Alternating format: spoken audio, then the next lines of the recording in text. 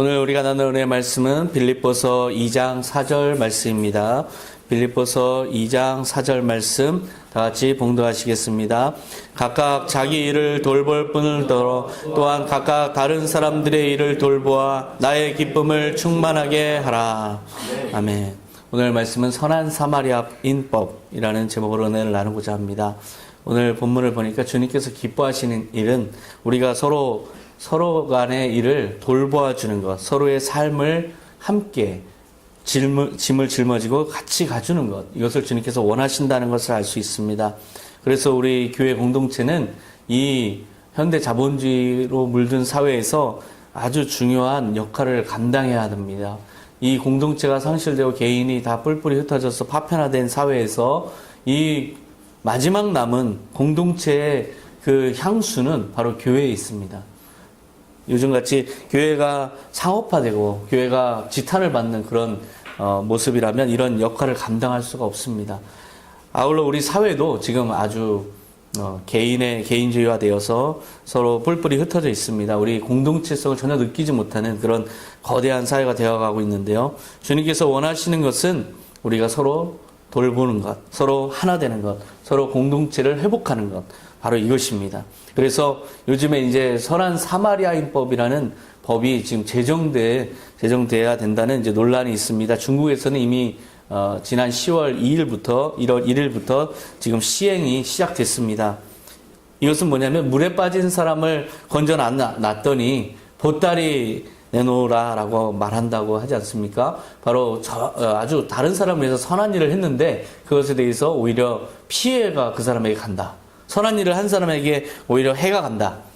오히려 책망이 돌아온다. 그러면 누가 그 일을 하겠습니까? 2006년에 중국 난징에서 일용 노동자였던 펑이는 버스 정류장에서 노인 한 분이 쓰러져 있었어요. 그래서 그 노인을 부축해서 연락처를 알아서 가족들에게 연락을 하고 병원에 데려다 주고 그렇게 좋은 일을 했습니다. 그런데 나중에 보니까 이 펑이가 가해자로 몰린 거예요. 그래서 경찰에서 오히려 이 펑이에게 이 노인에 대한 폭행죄 혐의를 뒤집어 씌워서 결국 4만 5천 위안을 배상금을 물어내야 되는 그런 일이 있었습니다. 이 사건 이후로 많은 중국인들 사이에서 좋은 일 해서 소용없다. 그래서 그런 생각이 팽배해졌습니다. 중국인들의 자녀교육 제1조는 남의 일에 관여하지 말아라. 이런 사회 분위기가 형성됐어요. 그래서 아주 저한테도 기억에 나는 사건이 있는데요. 2011년에 10월 달에 광둥성에서 2살 아이가 차에 2번이나 치여서 죽어가는데도 18명의 행인이 지나가면서도 다 못 본 채에서 결국은 그 아이가 죽는 사건이 벌어졌습니다. 중국 사회가 그만큼 물질 만능주의에 이제 물들어가고 있고 그래서 도덕성이 상실되어 가고 있고 그런 서로 간의 자성의 목소리가 높아지면서 만들어진 것이 착한 사람 법입니다. 지난 10월 1일부터 호인법, 착한 사람법 해서 민법 제184조를 개정안을 시행하고 있습니다. 이 개정안의 내용은 다른 사람을 도와주다가 피해를 당하는 사람, 일명 선한 사마리아인이죠. 이런 선한 사마리아인을 보호하는 법률입니다. 도와주려다가 만약에 의도치 않게 그 사람에게 더 큰 피해를 안겼다 해도 그 사람의 선행에 대해서 보호해 주는 것. 이것이 바로 이 법의 내용입니다. 이런 선한 사마리아인법이 제정되는 중국 사회 한번 생각해 보세요. 그 법이 제정된다는 것은 그만큼 중국 사회가 어떠한 상태에 있는지를 아주 단적으로 보여주는 겁니다. 그럼 우리나라는 어떨까요? 우리나라에 최근에 이런 법의 제정 목소리가 나오고 있는데요. 한번 보겠습니다. 심정지된 택시기사를 그대로 두고 골프 여행을 떠난 비정한 승객들 소식에 많은 국민들이 충격을 받았습니다. 이번 기회에 선한 사마리아인법을 제정하자는 논의가 대전시 의회에서 촉구됐고 구호 조치를 강화할 수 있는 방안들도 제시됐습니다. 조혜원 기자가 취재했습니다. 대전시의회 임시회가 열리는 본회의장에 TJB 뉴스가 상영됩니다. 승객 2명을 태우고 가던 택시기사가 갑자기 심정지를 호소하며 의식을 잃고 심장마비가 온 택시기사를 방치하고 떠난 승객들의 행동에 대해 사회적 비난이 커지는 상황에서 정치권에서도 이를 법으로 제재해야 한다는 주장이 제기됐습니다. 더불어민주당 김동섭 시의원은 위기에 처한 시민을 구조할 수 있음에도 구조하지 않았을 때 처벌할 수 있는 선한 사마리아인법 제정 촉구 결의안을 발의했고 시의회에서 가결됐습니다. 처벌의 목적보다는 법 규정이 있음으로 인해서 많은 사람들이 자발적으로 위기에 처한 사람을 돕게 하는 효과가 나타난다고 하여 긍정적으로 평가를 하고 있습니다.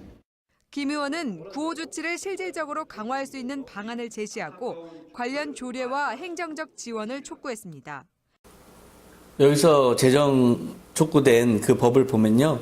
재난 또는 범죄로 발생한 상해, 질병 또는 장애로 인해서 구조가 필요한 자를 구조가 가능한데도 구조하지 아니한 자는 1년 이하의 징역에 처한다. 또한 300만 원 이하의 벌금에 처한다. 바로 이것이 형법 개정안 즉 일명 선한 사마리아인법의 내용입니다. 구조가 가능한데도 구조하지 않고 그런 사람은 처벌하겠다는 거죠.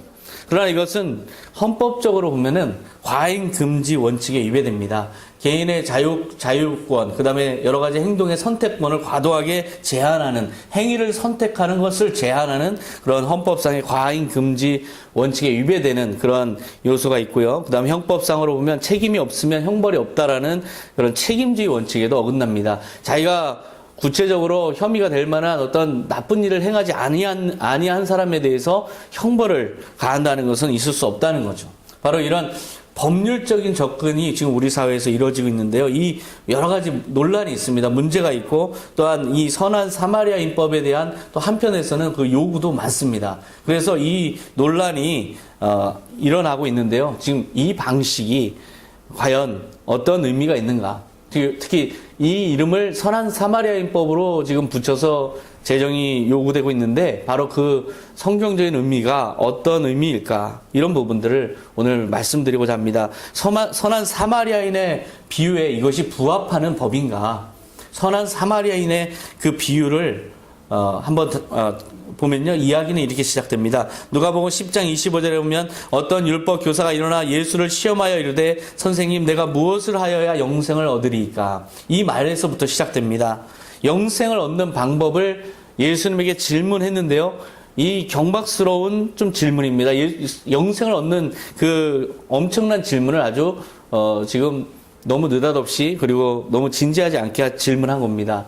이 질문에 대해서 예수님은 영원한 생명이 예수 그리스도의 구원을 받고 하나님의 나라에 함께 설 수 있는 자가 하나님의 나라에 함께 가족으로 설 수 있는 자가 함께 할 수 있는 자가 구원을 받는다라는 그 원칙을 분명히 주님께서 제시하셨는데요. 그 뜻이 성경에 이렇게 기록되어 있습니다. 누가복음 10장 27절에 보면 내 마음을 다하며 목숨을 다하며 뜻을 다하며 힘을 다하며 뜻을 다하여 주 너의 하나님을 사랑하고 또한 내 이웃을 내 자신같이 사랑하라. 이것은 온전히 하나님을 사랑하는 마음으로 이웃을 사랑하는 사람이 하나님 나라에 합당하다는 그런 말씀입니다.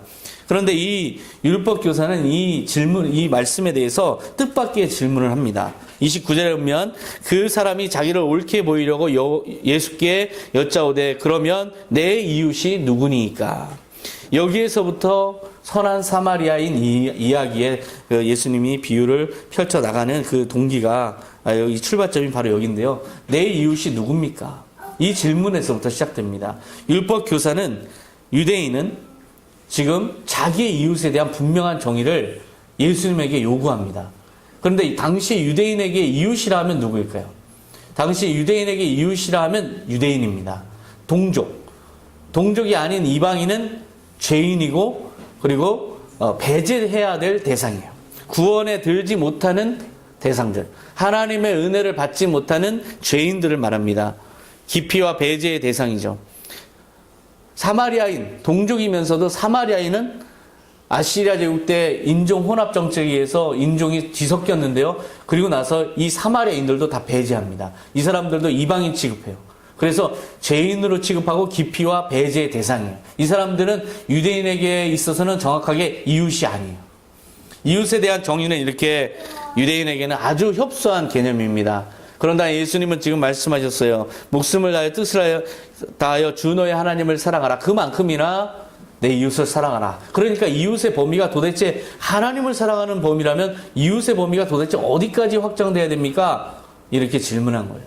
바로 이웃에 대한 정의에서부터 모든 논의는 출발하는 겁니다.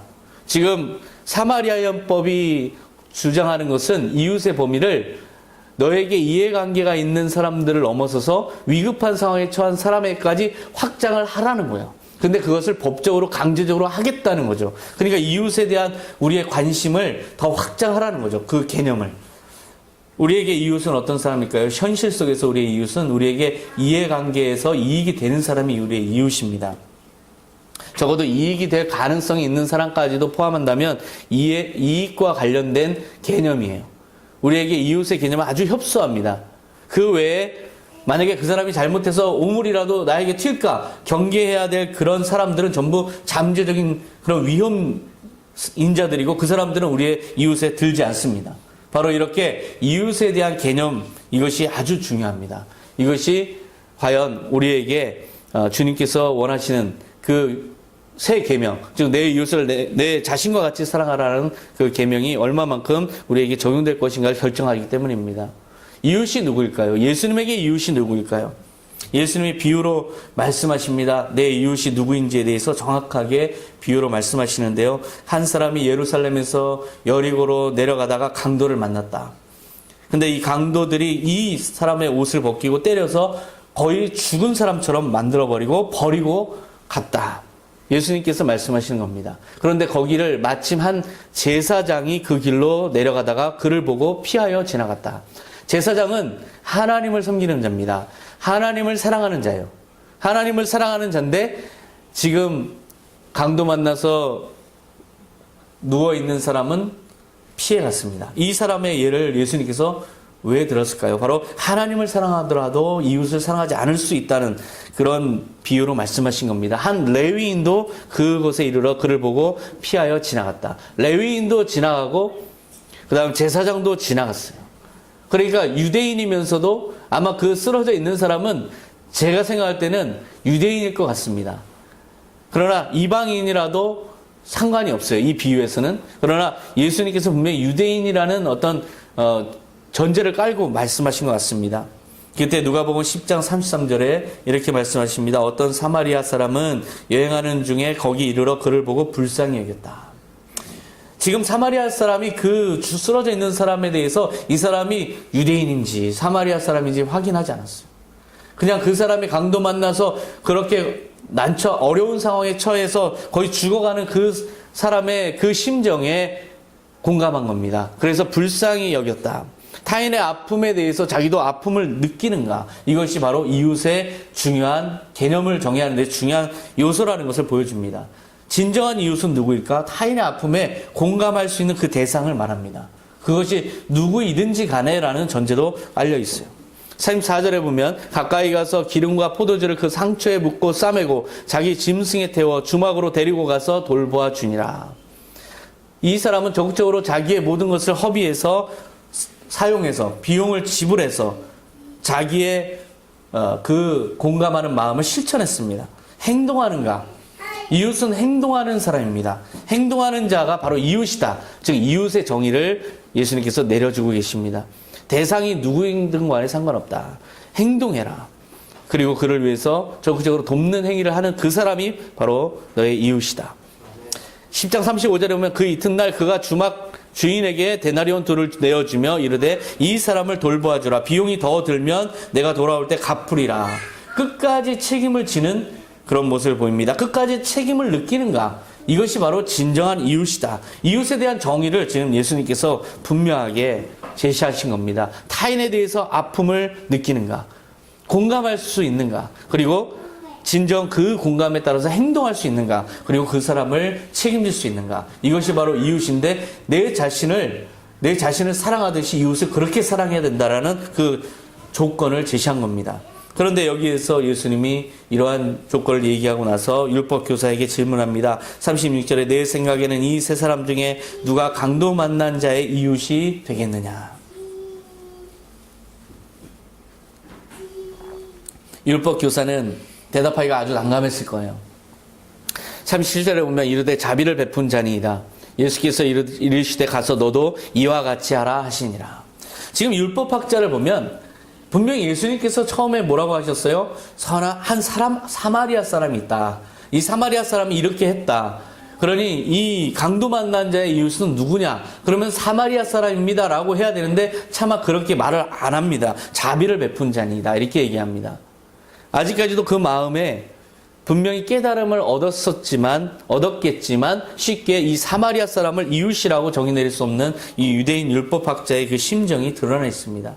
또한 여전히 그에게는 아무리 선한 행동을 했더라도 이 사마리아 사람은 이웃이 되기가, 이웃으로 정의 내리기가 어려운 대상이죠. 오히려 그냥 지나쳐버린 제사장이나 레위인이 여전히 지금도 마음속에서는 나의 이웃이지라는 생각이 강합니다. 바로 이렇게 우리의 뿌리 깊은 악한 죄성이 있는데요. 그것은 바로 이웃을 내가 정의 내린다는 거죠. 내가 이웃을 재단한다는 거예요.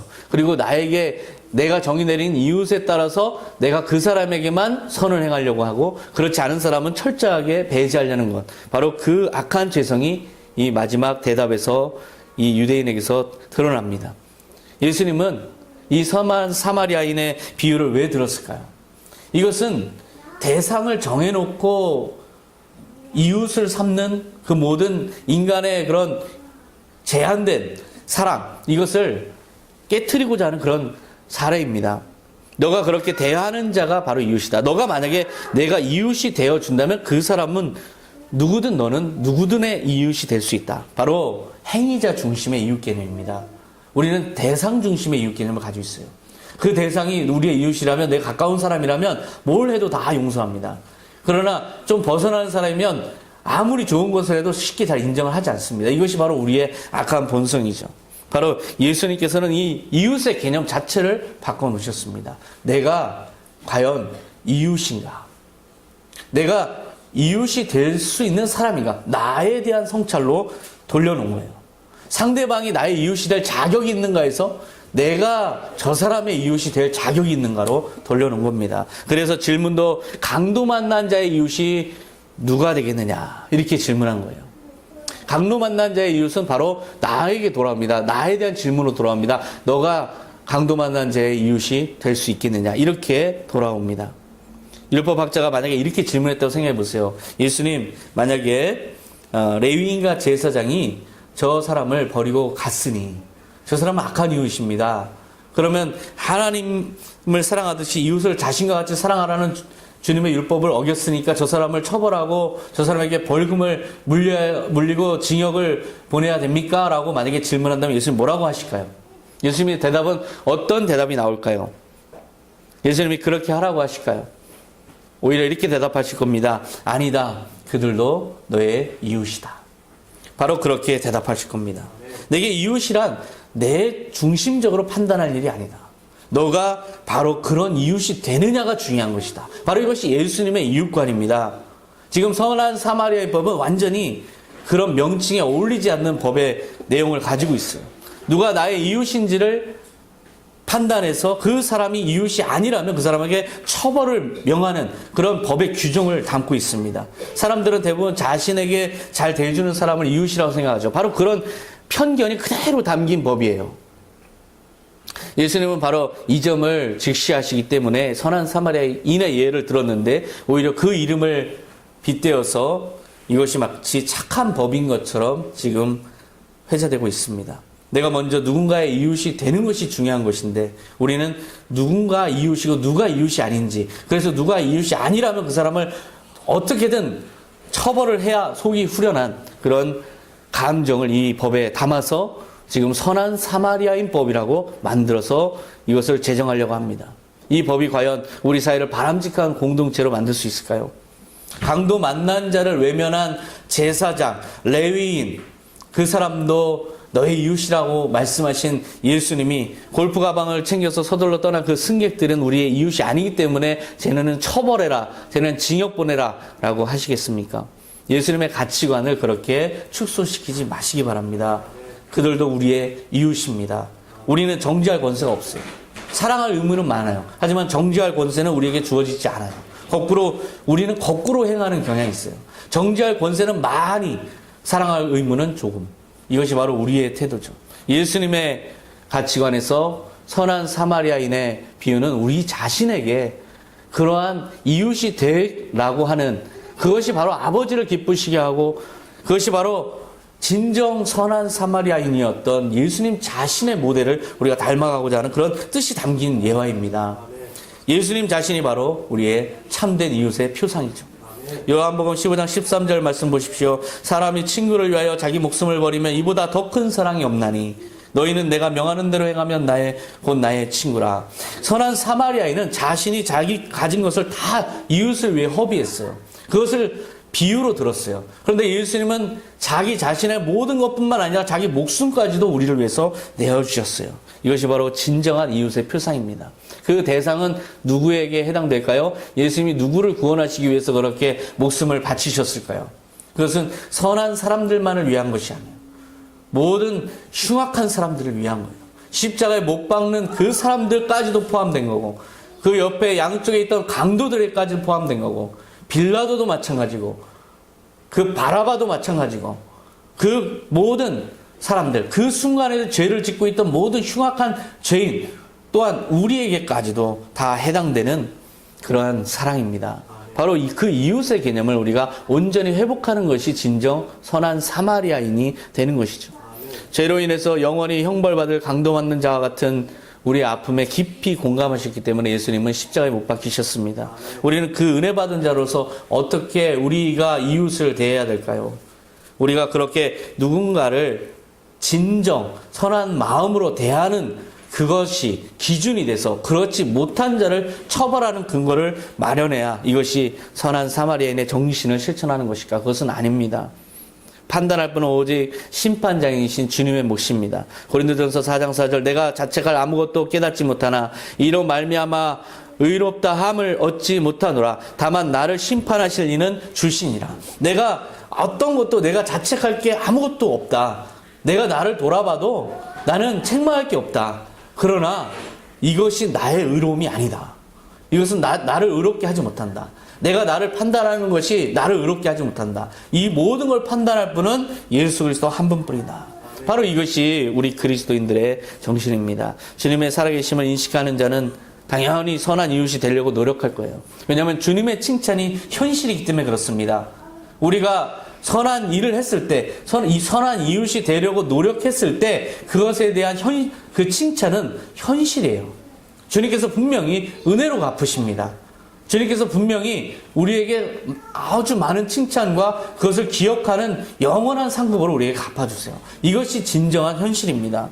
그런데 그렇지 못한 자에 대해서 심판한다. 그것은 주님께서 판단하는 일이지 우리가 법으로 제정해서 그 사람들을 처벌할 근거가 되지 않습니다. 물론 이것은 상징적 법이다라고 발의한 의원이 말을 하지만 상징적 법이라도 그것이 현실 속에서는 집행이 되고 그것이 적용이 될 날이 옵니다. 그러면 결국은 누가 선한 이웃이고 누가 선하지 않은 이웃인지에 대해서 결국 법률적으로 다퉈야 되는 그런 아주 참극이 벌어지는 거예요. 이것은 아주 피상적인 그 이미지만을 선한 사마리아인의 이미지만을 따다가 만든 아주 졸속적인 법이라 할 수 있습니다. 누가복음 10장 25절 말씀 보십시오. 내가 무엇을 하여야 영생을 얻으리까? 내 마음을 다하며 목숨을 다하며 힘을 다하며 뜻을 다하여 주 너의 하나님을 사랑하고 또한 내 이웃을 내 자신같이 사랑하라. 내 이웃을 내 자신같이 사랑하는 자가 진정한 이웃이다 라고 말씀하셨어요. 거기에는 어떠한 처벌의 근거가 없습니다. 그런 자에게 영생을 약속하신 거예요. 그런데요, 이것이 더 강력한 법이라는 걸 아셔야 돼요. 내 이웃을 내 몸과 같이 사랑하라. 이것이 더 강력한 선한 사마리아인 법이라는 것을 우리는 깨달아야 합니다. 이 말씀 자체가 진정 선한 사마리아인 법보다 더 강력한 법입니다. 내 자신과 같이 사랑하는 자는 내 진정한 이웃이 되며 영생을 주리라. 그렇게 말씀하신 것 자체가 지로서 우리에게는 진정 선한 이웃이 돼야 된다는 아주 강력한 주님의 요구라는 것입니다. 우리는 끊임없이 선한 이웃이 되려고 노력해야 됩니다. 근데 우리의 이 노력이 다른 사람을 처벌하는 근거가 되어서는 안 돼요. 오히려 그 노력의 동기는 한없는 은혜여야 합니다. 주님이 나에서 베푸신 그 은혜를 생각해서 우리는 항상 내 자신이 진정한 이웃인가를 되돌아보면서 진정한 이웃이 되려고 노력하면 이 의식의 변화가 결국 선한 사마리아인의 사회를 만드는 것이고, 이것이 바로 주님께서 원하시는 사회를 만드는 것이지, 이것이 다른 사람을 처벌하는 근거가 되어서는 안 되는 것이죠. 바로 이것은 주님의 명령입니다. 주님께서는 우리에게 선한 사마리아인이 되라고 말씀하십니다. 그러나 그 근거로 다른 누군가를 정죄하라고는 말씀하지 않습니다. 바로 우리가 이 본 의미를 깨달아야 돼요. 그래서 지금 일어나고 있는 이런 움직임 속에서 이것이 얼마나 우리 사회의 질병, 증상, 현상을 잘 말해주고 있는가를 우리는 아파해야 돼요. 이것이 얼마나 우리 사회가 이런 법이 없이는, 선한 사마리아인 법이 없이는 도저히 선한 사회를 기대할 수 없는 정도로 망가져 가는지를 우리는 아파해야 되고 자성해야 되고, 그럴수록 예수 그리스도가 베푸신 진정한 선한 이웃으로서의 그 사랑에 우리가 돌아가야 되는 거고, 그것을 더욱더 성찰해야 되는 거고, 그것을 우리가 더욱더 실천해야 되는 것입니다. 바로 이러한 선한 사마리아인 법은 다름 아니라 우리 그리스도인들에 대한 채찍이라고 할 수 있어요. 우리가 얼마만큼 그런 빛과 소금의 역할을 하지 못하고 있는지를 보여주는 바로 그런 움직임입니다.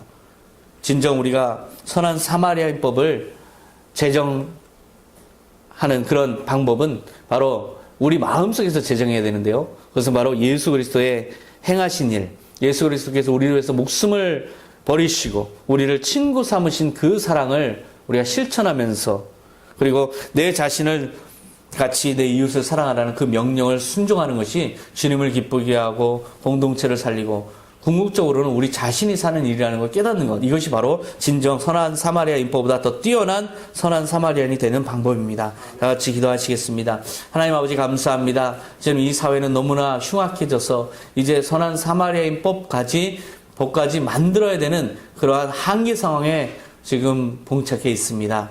지금 우리 사회가 너무나 악해지고 너무나 완악해지고 지금 너무나 강팍해져서 이제 더 이상 누구도 믿지 아니하고 오직 자기 자신만, 돈만 믿는 이 사회 속에서 지금 너무나 숨이 막히고 이웃은 사라져가고 너무나 우리는 황폐해져 가고 있습니다.